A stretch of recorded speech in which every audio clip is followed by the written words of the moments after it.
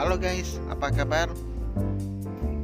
Hari ini semoga semuanya dalam keadaan baik, selalu sehat. Pada sore hari ini saya akan mencoba membahas salah satu emiten, yaitu PTBA Bukit Asam, bergerak di sektor energi. Subsektornya adalah oil, gas, dan batubara.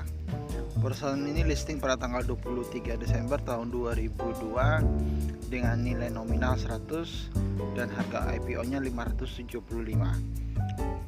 Untuk underwriternya PT Dana Reksa Sekuritas yang sekarang menjadi nama BRI Dana Reksa Sekuritas, sedangkan Biro Administrasi Efeknya PT Datindo Entricom. Kalau kita lihat dari segi kepemilikan saham, efektif 30 November 2021, 65,93% dimiliki oleh pemerintah, 33,78% pemegang saham lainnya, dan ada juga saham treasury sebanyak 0,29%. Dari segi jumlah pemegang saham, per data 30 November 2021 sebanyak 79.257, bertambah 38 dibanding dengan bulan sebelumnya. Kita lanjut di bagian key statistik atau fundamental. Dari segi EPS diperkirakan untuk 1 tahun full tahun 2021 sebanyak 552, dengan asumsi pembagian dividennya itu sebesar 50%, maka dividen per share-nya sekitar 275 dibanding dengan harga sekarang yaitu sekitar 2.700, maka dividen yield-nya ada sekitar di angka 10%. Sangat baik, di atas daripada pendapatan bunga deposito baik bank umum maupun BPR, bisa sampai 2 kalinya deposito tersebut. Market cap berada di 31 triliun. Saya kategorikan ini termasuk middle, karena kalau blue chip saya mengkategorikan nominalnya market capnya itu di atas daripada 100 triliun. Untuk valuasi, PE-nya disetahunkan 4,9 kali, sedangkan PBV-nya berada di 1,5 kali. Baik, cukup murah walaupun PBV berada di 1,5 kali. Dari segi rasio profitabilitas ada beberapa rasio di sini, mulai dari gross profit margin 42%, OPM-nya 32%, net profit margin 24%. Sangat baik dan membentuk piramida terbalik. Ini bagus. Jadi mulai dari gross hingga ke net profit itu menurun secara baik. Return on equity juga bagus, yang disetahunkan sekitar 30%. Return on asset pun juga baik, 19,75%. Dari rasio likuiditas ada 3 rasio di sini yang kita lihat. Current ratio 2,3 kali, quick ratio 2,1 kali, cash ratio 0,7 kali. Semuanya bagus. Kemudian kita lanjut ke rasio leverage. Salah satu indikatornya itu debt to equity ratio berada di angka 0,5 kali. Pembagian dividen, data dari tahun 2016 tidak ada yang tidak dibagi setiap tahun, selalu dibagi. Walaupun tahun 2021 mengalami penurunan yang cukup signifikan, hanya sebesar Rp74,6. Tapi itu tahun 2022 saya memperkirakan sekitar Rp275. Semoga bisa terjadi, itu minimum, mungkin bisa lebih daripada itu. Ya, kita lihat ROPS-nya, pembagian dividennya, harapan saya sih minimal sebesar 50%.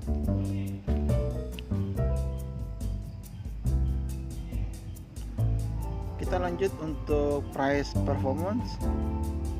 Untuk 3 bulan mengalami kenaikan 12%, 6 bulan 30%, tetapi kalau year to date dari Januari hingga sekarang mengalami penurunan minus 3,5%.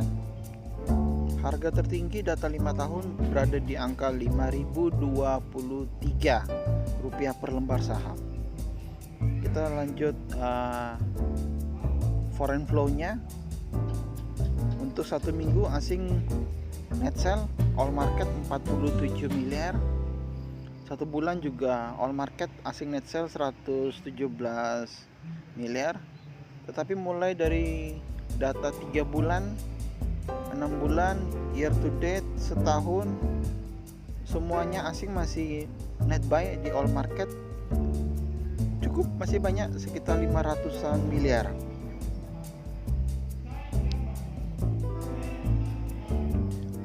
Dan saham ini termasuk yang liquid, selalu ada transaksi bid offer, volumenya besar, sangat baik saham ini.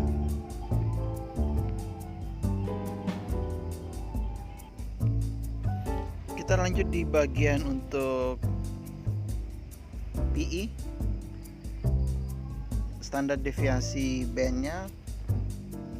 Di sini saya melihat data 10 tahunan, PE bandnya berada di angka 10 kali, dan sekarang berada di angka sekitar 5,7 kali, di bawah daripada rata-rata. Dan untuk PE band standar deviasi price book value nya, data 10 tahun berada di angka 2,9 kali, dan sekarang berada di angka sekitar 1,5 kali.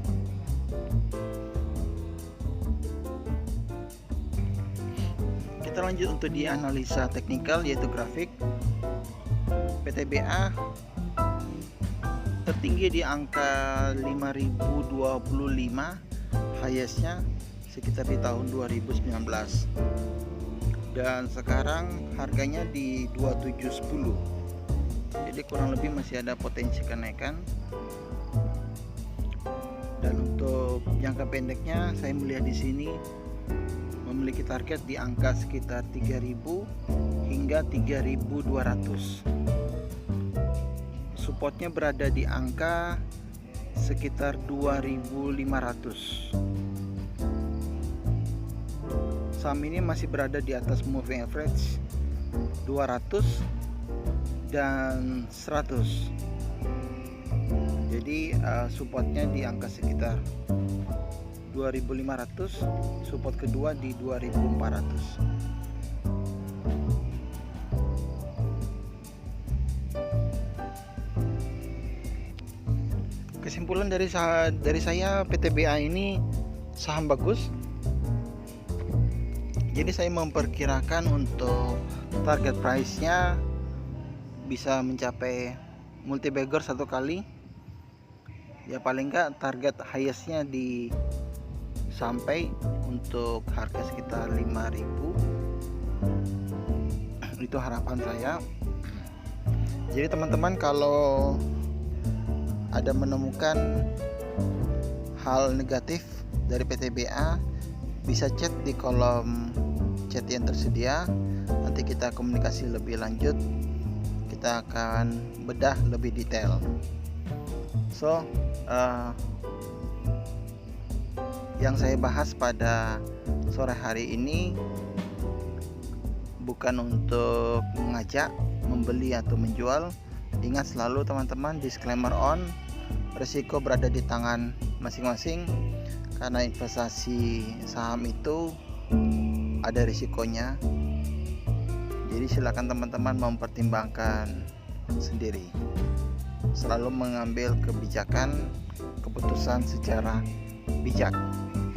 Demikian yang bisa saya sampaikan. Sampai jumpa lagi di episode selanjutnya.